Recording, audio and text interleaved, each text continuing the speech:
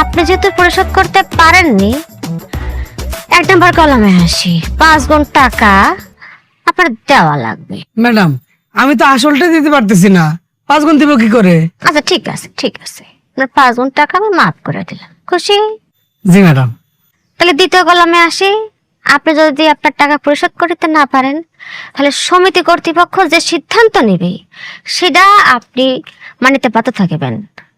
জি madam. সিদ্ধান্ত হতেছে, আমি কিন্তু প্রথমে কইছি যে আমার সমিতির কর্মীর গায়ে হাত তোলা মানে আমার গায়ে হাত তোলা, তাই না? তো যেহেতু আপনি হাত তুলে ফেলেছেন, আপনি যে কটা ওরে মারিছেন, আর শুভঙ্কর আপনার তার চেয়ে 5 গুণ মারবে। শুভঙ্কর। ইয়েস ম্যাডাম, ইয়েস, টাকাই সব না ম্যাডাম। আলিয়া। জি ম্যাডাম। শুভঙ্করে খুলে দাও, আর শুভঙ্কর তারে বাইরে ফেলো।